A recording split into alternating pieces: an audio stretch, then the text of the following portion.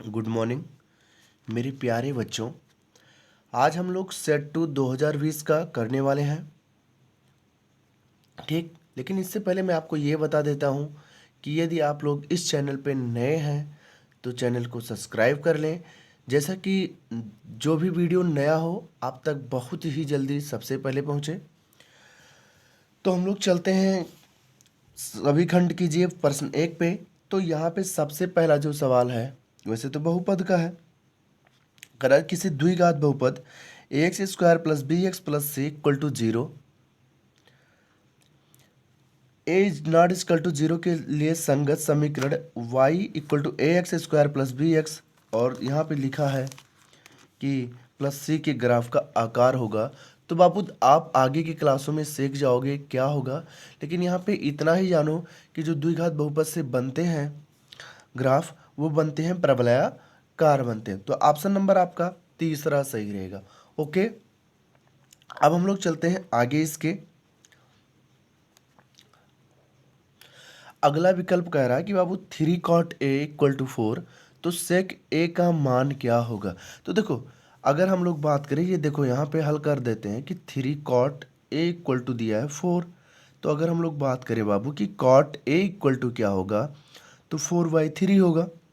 अब देखो, हम लोग जानते हैं cot थीटा इक्वल टू क्या होता है, आधार बटे लंब होता है। इसका मतलब ये आधार है और ये लंब है। ठीक, तो अब हमें सिर्फ कर्ण ही चाहिए। तो कर्ण क्या होता है, 4 और 3 का संबंध किससे होता है, 5 से होता है। अगर आप नहीं जानते हो तो आप ऐसे चित्र बना लेना कि ये कोण ए हो गया, ये 4 है और ये 3 है, और पाइथागोरस प्रमेय से आप निकाल लोगे तो 5 निकल आएगा। अब हम लोग जानते हैं कि जो सेक होता है, सेक थीटा होता है, वो किसके बराबर होता है, कर्ण बटे आधार की होता। मतलब ये होता है कर्ण बटे आधार होता है। ठीक, तो हमारा हो जाएगा ऑप्शन नंबर क्या हो जाएगा, कर्ण क्या है 5 है और आधार क्या है 4 है। तो क्या हो जाएगा ऑप्शन नंबर 2, 5/4 हो जाएगा। ओके, तो घबराने की आवश्यकता नहीं है, आप लोग का आसानी से सब कुछ हो जाएगा, आप लोग को समझ में भी आएगा। ओके, अब हम लोग चलते हैं। कह रहा है बाबू, इसका अगला कह रहा है कि 1 से 9 तक, 1 से 9 तक की प्राकृतिक संख्याओं का समांतर माध्य क्या होगा। तो ये जो समांतर माध्य होता है बाबू, ये आंकड़ों का योग बटे आंकड़ों की संख्या होता है। और ऑप्शन में आपको दिया है कि 9, 5, 8, 3। जैसे ऑप्शन में दिया है 9, दूसरा ऑप्शन दिया है 5, तीसरा ऑप्शन दिया है 8, और चौथा ऑप्शन दिया है 3 दिया है। तो देख लेते हैं, ये आंकड़ों का योग मतलब प्राकृतिक संख्या का कह रहा है 1 से 9 तक की प्राकृतिक संख्या। तो सब प्राकृतिक संख्या 1 plus 2 plus 3 plus 4 plus 5 plus 6 plus 7 plus 8 plus 9, और बटे कितना 9, कितनी संख्या 1 2 3 9 संख्या है। तो देखो 1 3 3 3 6 4 10 5 15 6 21 7 28। ठीक, 28 8 36 9 45/9। अगर काटते हो तो कितना आता है, 5 आता है। तो यहाँ पे जो आंसर नंबर दूसरा है ये भी क्या हो जाएगा, सही हो जाएगा। ठीक, तो हमारा यहाँ से आंसर क्या आ जाएगा, 5 आ जाएगा। अब देखो आगे जो कह रहा है बाबू ना, घा कह रहा है कि समांतर श्रेणी का, ये भी कट चुका है आपका।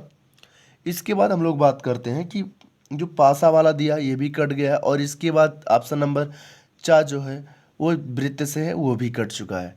ठीक, तो विकल्प में मुझे सिर्फ ये 3 करना था और तीनों मैंने आपको बता दिया है। अब हम लोगों को करना है अगला क्वेश्चन खंड 2 का। अब हम लोग खंड 2 के क्वेश्चन को देखते हैं। ओके, तो देखो क्या कह रहा है क्वेश्चन आपका कि यदि 27 23 x-4 x+4 15 3 और 7 का समांतर माध्य 15 हो तो x का मान बताओ। तो हमने भी बताया है कि समांतर माध्य इक्वल टू होता है आंकड़ों का योग बटे आंकड़ों की संख्या। लिख दे रहा हूं कि जो समांतर माध्य होता है बाबू, वो होता है आंकड़ों का योग बटे आंकड़ों की संख्या होता है। ठीक, आंकड़ों का योग बटे आंकड़ों की संख्या होता है। अब देखो आंकड़ों का योग, पहले तो समांतर माध्य आपको 15 पता है, आंकड़ों का योग 27 प्लस 23 और plus x-4 plus x plus 4 plus 15 plus 3 और प्लस 7। ओके, और पूरे के बटे कितना है, जितनी संख्याएं हों तो 1 2 3 4 5 6 7, 7 संख्याएं हैं। अब देखो इधर ले जाओगे तो ये हो जाएगा 105 आपका हो जाएगा। अब जोड़ोगे 7 3, देखो 4 से 4 ये कैंसिल होगा क्योंकि प्लस माइनस है। ठीक, तो ये कितना हो जाएगा, 7 3 10, 15 10 25, और इधर तो आप 27 में अगर आप 23 जोड़ते तो 50 हो जाएगा। ठीक, और ये कितना था, 7 3 10, 15 10 25, और ये 50 हो जाएगा 75, और प्लस में 2x हो जाएगा। अब देखो हमारा हो जाएगा 2x इक्वल टू 75, इधर आएगा तो 105 माइनस 75 हो जाएगा।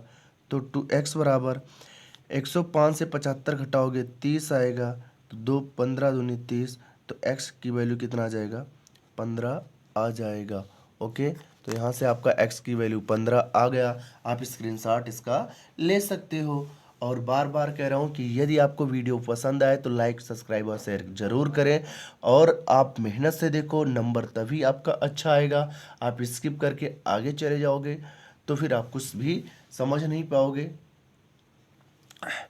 देखो अगला सवाल कह रहा है आपका, आपके सामने है सवाल कि मैदान में खड़ी एक कार का 75 मीटर ऊंची मीनार के अवनमन कोण 30 अंश है, तो मीनार के आधार से कार की दूरी ज्ञात कीजिए। तो घबराने की कोई आवश्यकता नहीं बाबू, बहुत ही सरल सवाल है। हम लोग सवाल को देखते हैं। ठीक, तो अब देखो यहाँ पे क्या कह रहा था कि मैदान में खड़ी एक कार का 75 मीटर ऊंची मीनार। तो देखो मान लेते हैं कि ये आपका जो है यहाँ से ए है और ये आपका बी है। ओके, ए है और बी है, और ये 75 मीटर ऊंची क्या है, मीनार है। और इसके कह रहा है कि मीनार का, मान लेते हैं कार यहाँ पे खड़ी है, कार यहाँ पे खड़ी है, और इस कार का जो यहाँ पे अवनमन कोण बन रहा है, सॉरी यहाँ पे ही मान लेते हैं, ठीक है, यहाँ पे कार आपका खड़ी है, मान लेते हैं ये सी है, और इसका जो अवनमन कोण बन रहा है वो कितना बन रहा है, 30 अंश बन रहा है। तो ये क्या होता है, इसका ये एकांतर कोण होता है, तो ये भी क्या बनेगा, 30 अंश ही बनेगा। हमें यही बताना है, ए सी की लंबाई बताना है। ठीक, तो हम कहते हैं, तो कार का दिया है, जो आपको लिख सकते हो कि दिया है, ठीक है, दिया है कार का 75 मीटर, कार का 75 मीटर ऊंची मीनार से, ऊंची मीनार से अवनमन कोण 30 अंश है, अवनमन कोण 30 अंश है। ठीक, तो हमें आधार क्यों बताना है, तो देखो यहाँ से हम कह सकते हैं कि कोण, मान लेते हैं यहाँ पे m है आपका, तो एम ए सी, कोण एम ए सी बराबर कोण, ये आपका हो जाएगा ए सी बी, ए सी बी। आप लिख सकते हो क्या, एकांतर कोण। ओके, एकांतर कोण होगा आपका ये। अब यहाँ से हम लोग बोल देंगे कि त्रिभुज ए बी सी में आपको थीटा की वैल्यू 30 मिल गया, और ए बी की वैल्यू क्या पता है, 75 मीटर पता है। हम बोल रहे हैं कि 30 अंश बराबर लंब बटे आधार होता है, तो ये हो जाएगा 75 बटे आधार का मतलब ए सी, तो ये होता है 1/√3, 75 बटा ए सी। अब क्या करोगे बाबू, ए सी इधर चला जाएगा, और ये हो जाएगा आपका 75√3। तो आपका जो आंसर आ जाएगा 75√3। ओके, आधार से कार की दूरी। क्या आ जाएगी आपकी 75√3। अब हम लोग देखते हैं इसका जो गा वाला जो सवाल है वो कट चुका है। कह रहा था कि दो विभिन्न पासों को एक साथ उछाला जाता है तो एक द्विक आने की प्रायिकता ज्ञात कीजिए। ये आप लोगों का कट चुका है। अब हम लोग इसका घा वाला देखते हैं। ठीक, देख लो एक बार कि घा वाला क्वेश्चन क्या कर रहा है कि यदि द्विघात समीकरण p x square minus 2√5 p x plus 15 equal to 0 के दोनों मूल बराबर हों तो पी का मान ज्ञात करो। सबसे पहले हम लोग जानते हैं कि दोनों मूल बराबर का मतलब होता है, आप लोग पढ़े होंगे कि d equal to b square minus 4ac। ठीक, तो क्या होता है कि जो d होता है वो अगर करा उसके मूल बराबर हो तो d की वैल्यू क्या होगी 0। अगर d 0 के बराबर होता है तो मूल बराबर होते हैं, तब p का मान ज्ञात करो। ठीक है, तो हम लोग सवाल को हल करते हैं। चलो देख लेते हैं हम लोग। ठीक, अब यहाँ पे कह रहा है कि p x square minus 2√5 p x equal to 15 equal to 0 है। अब हम लोग क्या करें, यहाँ पे जो है मूल बराबर है, मूल क्या है, मूल बराबर है, इसलिए होता है d इक्वल टू 0 होता है। अब d की वैल्यू क्या होता है b square minus 4ac equal to 0। ठीक, ये हो गया। हम यहाँ से क्या कर सकते हैं, b की वैल्यू क्या है p का स्क्वायर, सॉरी ये b की वैल्यू है माइनस में 2√5p और इसका मतलब पूरे का क्या होता है स्क्वायर होता है माइनस 4 गुणे a की वैल्यू p है और c की वैल्यू 15 इक्वल टू 0। अब देखो ये 2 का स्क्वायर करोगे 4, √5 का स्क्वायर करोगे तो 5 ही हो गया, ये हो जाएगा 20 और p स्क्वायर तो है ही है। और ये 15 चौके 60 उधर जाएगा प्लस हो जाएगा p से एक p कैंसिल क्योंकि यहाँ पे स्क्वायर है 2p है और 20 3 60 हो जाएगा आपका p इक्वल टू 3। अब देख रहे हो कितना आसान क्वेश्चन है, बट आप ध्यान से लगाओ, ऐसा नहीं कि आसान है तो आप रिवाइज नहीं करोगे, आप लगातार इसको रिवाइज करते रहो। ओके, तो हम लोग चलते हैं आगे खंड 3 पे। चलिए देख लेते हैं खंड 3 क्या कह रहा है। खंड 3 में देखो का वाला सवाल ये कट चुका है क्योंकि ये समांतर श्रेणी का है। ठीक है, फिर कह रहा है कि खा भी समान वो प्रायिकता का प्रोबेबिलिटी है, ये भी कट चुका आपका चैप्टर। हम लोग को देखना गा कि समीकरण x square minus 7x plus 12 equal to 0 के मूलों के व्युत्क्रमों का योगफल ज्ञात कीजिए। सबसे पहले हम लोग जानेंगे मूल क्या होता है। हम लोग जानते हैं कि यहाँ पे हम मूल अल्फा व बीटा मान सकते हैं। ठीक, तो हम लोग अब सवाल को हल कर लेते हैं। ठीक, हम यहाँ पे कह लेते हैं कि माना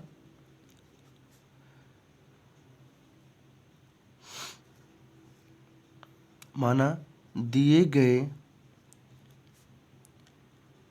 समीकरण के मूल अल्फा व बीटा है। ठीक, तो हम क्या निकाल लेते हैं, कह रहा कि दोनों मूल बराबर हों, सॉरी यहाँ पे कह रहा था कि व्युत्क्रमों मूलों के व्युत्क्रमों का योगफल याद करो। तो यहाँ से हम लोग निकाल लेते हैं सबसे पहले मूलों का योगफल, मूलों का योगफल निकाल लेते हैं। ये होता है योगफल का मतलब आप लिख सकते हो इसे अल्फा प्लस बीटा, ये बराबर होता है माइनस बी बाई ए के। मतलब क्या होता है एक्स का गुणांक माइनस में और बटे एक्स स्क्वायर का गुणांक, तो ये हो जाएगा क्योंकि माइनस 7 है बी और ये माइनस प्लस हो जाएगा 7 और बटे 1 है तो 1 लिख दोगे इक्वल टू 7 ही आएगा। फिर हम लोग निकाल लेते हैं मूलों का गुणनफल, मूलों का गुणनफल ये क्या होता है अल्फा इंटू बीटा होता है, ये होता है सी बाई ए। अब देखो अगर सी बाई ए हो गया, सी की वैल्यू 12 है और ए की वैल्यू 1 ही, अर्थात ये भी 12 होगा। अब हमें कह रहा है कि मूलों के व्युत्क्रम का योगफल ज्ञात करना है, तो मूलों के व्युत्क्रम का योगफल क्या होगा 1/अल्फा प्लस 1/बीटा होगा आपका। अगर आप इसको हल करते हो तो क्या होगा, नीचे आपका अल्फा बीटा हो जाएगा, ऊपर क्या हो जाएगा अल्फा प्लस बीटा हो जाएगा। अब आप देखते हो अल्फा प्लस बीटा की वैल्यू आपको पता है कितना है 7 है, और अल्फ़ा इंटू बीटा की वैल्यू कितना है 12।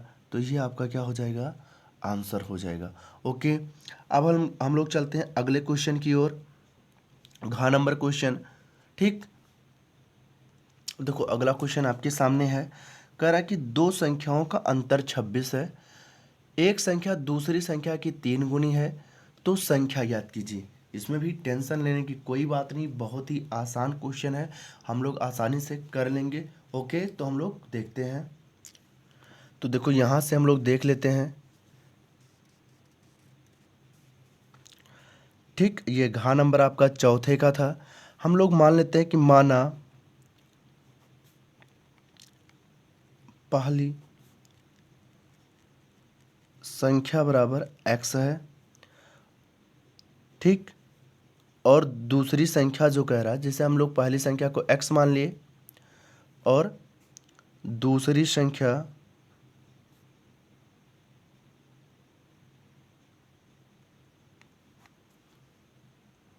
ठीक, तो देखो माना पहली संख्या को हम लोग सॉरी पहले तो और दूसरी संख्या, पहले दूसरी संख्या मान लेते हैं।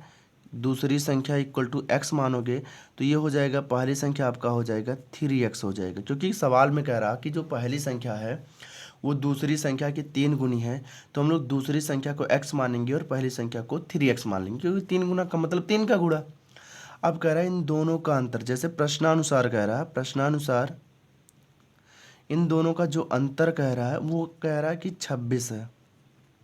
तो 3x से x जाएगा तो बचेगा 2x, और 2x इक्वल टू 26 कैंसिल हो जाएगा, ये 13, तो x इक्वल टू 13।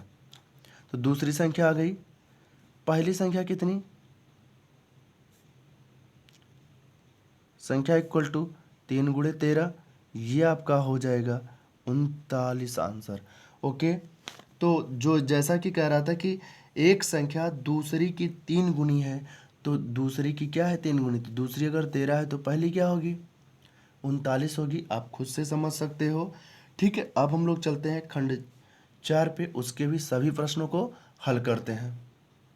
चलो हम लोग देखते हैं चौथे का नंबर। कह रहा है कि यदि बिंदु x कामा वाई बिंदुओं 3, 6 और -3, 4 से समदूरस्थ हों तो x और y में संबंध ज्ञात कीजिए।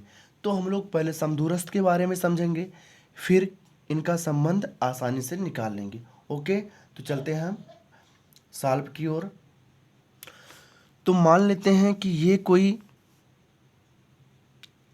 रेखा है, ये क्या है P है, और ये मान लेते हैं Q है।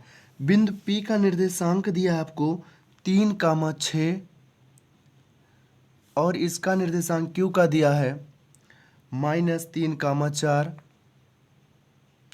अब कह रहा है कि एक बिंदु कोई R इसमें स्थित है बीच में, जिसका निर्देशांक x, y है, और जो ये R स्थित है ये P से भी उतनी ही दूरी पर है जितना कि Q से दूरी पर है।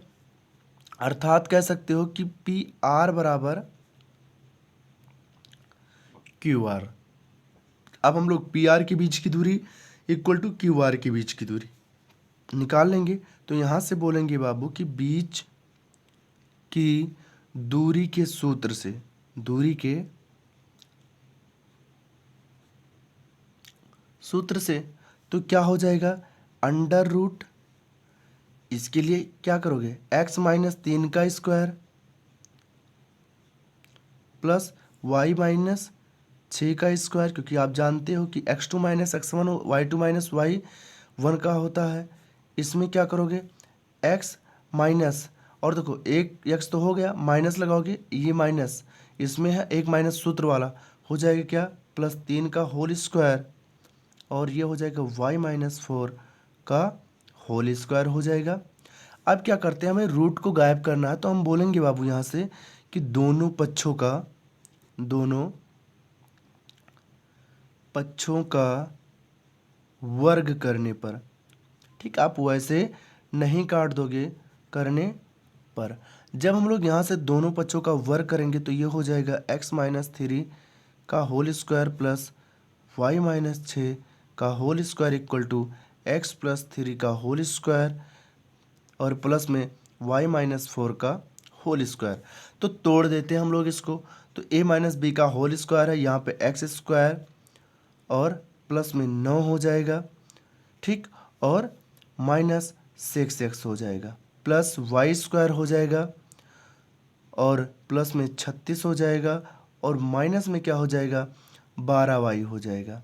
ओके, इक्वल टू फिर यहाँ भी एक्स स्क्वायर प्लस 9 और प्लस 6x हो जाएगा और प्लस वाई स्क्वायर प्लस 16 और माइनस 8y हो जाएगा।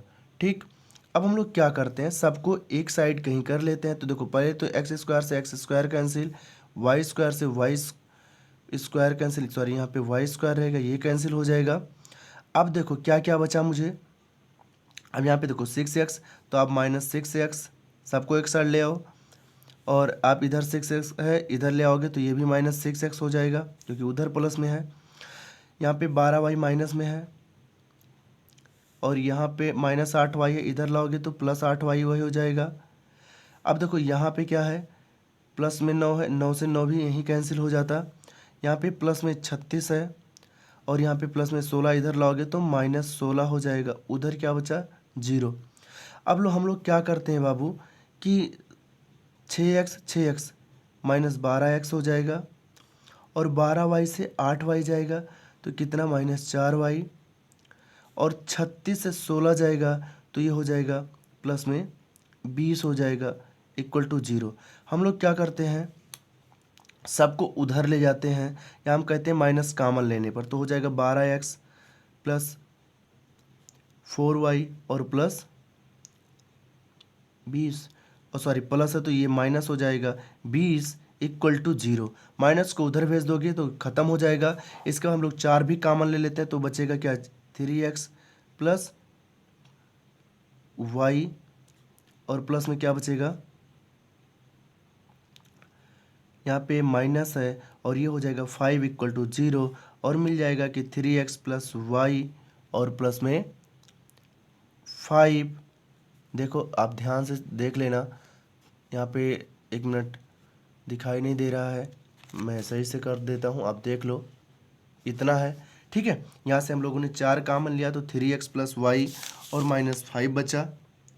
ठीक, अब यहाँ से देखो 4 को उधर भेजोगे तो 0 हो जाएगा, बचेगा 3x plus y minus 5 equal to 0। तो आपका आंसर हो जाएगा कि 3x plus y minus 5 equal to 0। आप लोग इसका स्क्रीनशॉट ले लीजिएगा क्योंकि समझ में आने के बाद भी कभी कभी भूल जाता, और क्या दिक्कत है, अगर भूल जाएगा तब भी वीडियो यूट्यूब चैनल पे ही मेरे रहेगा, आप वहाँ से देख सकते हो।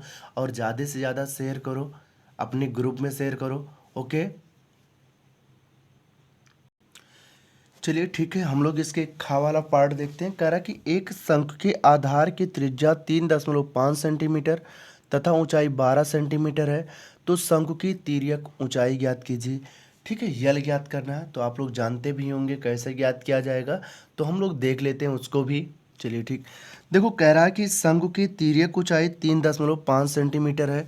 मतलब जो दिया है, क्या दिया है बाबू, शंख की के आधार की त्रिज्या, मतलब दिया है कि r बराबर 3.5 सेंटीमीटर और ऊंचाई दिया है h बराबर दिया है 12 सेंटीमीटर। हमें यल ज्ञात करना, यही क्या होती है बाबू, तिर्यक ऊंचाई होती है। ठीक, यही मुझे ज्ञात करना है यल, और यल इक्वल टू क्या होता है h square plus r square. तो देखो h 12 का स्क्वायर हो जाएगा और ये प्लस 3.5 का स्क्वायर हो जाएगा। तो L इक्वल टू 12 का स्क्वायर सबको पता है कि 144 होता है, प्लस देखो अगर 35 का स्क्वायर करोगे तो होता है 1225। अब स्क्वायर की वजह से 2 अंक बाद दशमलव लग जाते हैं। अगर आप इसमें जोड़ते हो बाबू 144 में 12 तो हो जाएगा 156.25, और 156 का जो वर्गमूल होता है 156.25 का, वैसे तो आप 156 मतलब 15,625 का होता है 125, लेकिन 2 अंक बाद दशमलव तो वर्गमूल पे 1 अंक बाद लग जाता है, जब वर्ग करते हैं तो 2 अंक बाद हो जाता है। तो आपका ये आंसर हो जाएगा कि जो शंख की तिर्यक ऊंचाई होगी यल इक्वल टू 12.5 सेंटीमीटर हो जाएगा। ओके, अब हम लोग देखते हैं इसका अगला सवाल। अब देखो इसका अगला सवाल आपसे कह रहा है बाबू, ध्यान देना, कह रहा है कि यदि कि टेन ए बराबर कॉट वी, टेन ए बराबर कॉट वी कह रहा है, तो सिद्ध कीजिए, तो सिद्ध कीजिए कि a plus B equal to 90 degree. अब देखो यहाँ पे क्या करना, चाहे टेन को काट में चाहे काट को टेन में बदल लो, कोई दिक्कत नहीं है। तो जैसे यहाँ पे दिया है कि टेन ए बराबर, ये आपको कॉट भी दिया है, तो देखते हैं यहाँ से टेन ए को लिख देते हैं। क्या टेन ए को लिख सकते हैं हम लोग? कॉट 90 माइनस, क्या लिख सकते हो? ठीक, लिख सकते हो cot 90 minus a equal to cot b. अब देखो कॉट है यहाँ पे, अगर कॉट कॉट दोनों है, थीटा क्या हो जाएंगे? सेम, क्योंकि बराबर का चिन्ह लगा तो थीटा से तुलना करवा लेते हैं। तो ये हो जाएगा 90 minus a equal to b. तो ए को उधर भेजोगे तो ए प्लस में हो जाएगा, बी तो ऑलरेडी प्लस में है ही है, इधर क्या बचा है? 90। ओके, तो ये हो जाएगा A plus B equal to 90 degree हो जाएगा। थोड़ा ध्यान से पढ़ना बाबू, ये डिग्री है, तो ये हो जाएगा 90 डिग्री आपका हो जाएगा। ध्यान से पढ़ना, कोई भी दिक्कत होगा कमेंट में बताना, या स्क्रीन पर मेरा मोबाइल नंबर है, आप मेरे पास कांटेक्ट कर लेना। ठीक है, आपकी हर समस्या का समाधान होगा। लेकिन वीडियो को लाइक सब्सक्राइब और शेयर ज़रूर करें। अब हम लोग चलते हैं अगले क्वेश्चन पे।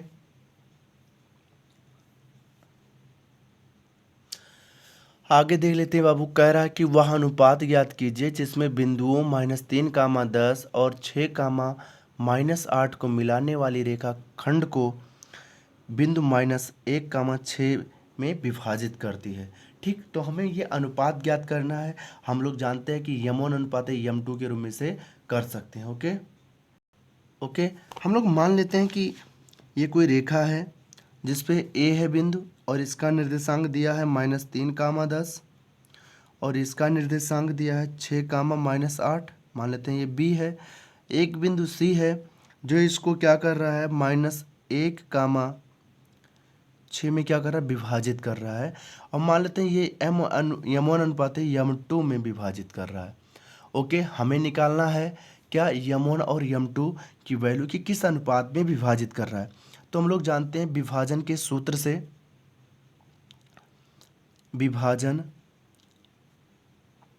के सूत्र से, तो देखो यहाँ पे हम किसी चाहे एक्स वाली वैल्यू को उठा ले चाहे वाई वाले को उठा ले, एक ही वैल्यू से मेरा आंसर निकल जाएगा। तो हम जानते हैं कि x इक्वल टू क्या होता है कि यम1 x2 प्लस यम2 x1 अपान यम1 प्लस यम2 होता है। बस इसी से निकल जाएगा। x क्या है आपका? -1 है, -1 रख दो। और यम1 कितना है? यम1 ही है। और x2 कितना है आपका? देखो आप ये x2 कितना है? 6 है। और x1 कितना है? -3 है, तो 6 हो जाएगा। यहाँ पे इसके गुणे में 6 यम1 हो गया। और देखो x1 कितना है? -3, और यहाँ पे प्लस लगा तो ये माइनस हो जाएगा, और ये हो जाएगा 6 कह रहा हूँ, सॉरी यहाँ पे 3 होगा, और ये क्या हो जाएगा? m2 होगा। और बटे में क्या है? m1 प्लस m2 है। आप इसको इधर भेज दोगे तो -m1 -m2 equal to 6m1 -3m2। ठीक, अब जो देखो हम यम2 को इधर ले आते हैं तो हो जाएगा यम2 पहले से भी है, और ये -3m2 है तो इधर आएगा +3m2 हो जाएगा।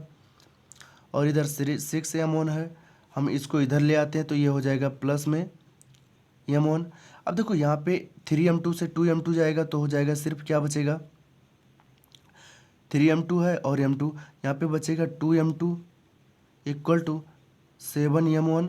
अब देखो क्या करते हैं, यम1 यम2 को उधर ले जाते हैं बटे में, इधर 7 है, इधर बटे में क्या है? 2। तो आप कह सकते हो कि यम1 अनुपात यम2 बराबर 7:2।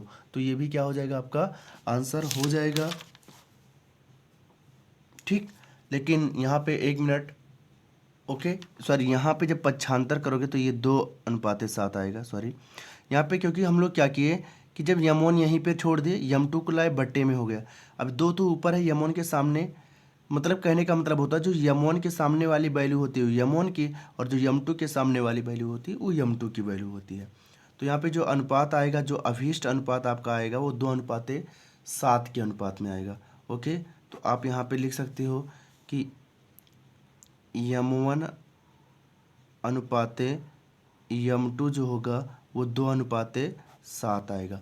ओके, तो ये भी क्वेश्चन आपका सॉल्व हो गया। आप लोग इसका भी स्क्रीनशॉट ले लीजिए और हम लोग देखते हैं।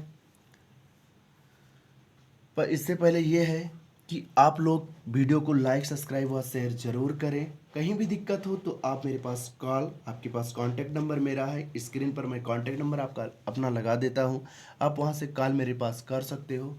कोई भी दिक्कत हो उसका समाधान मैं करूँगा।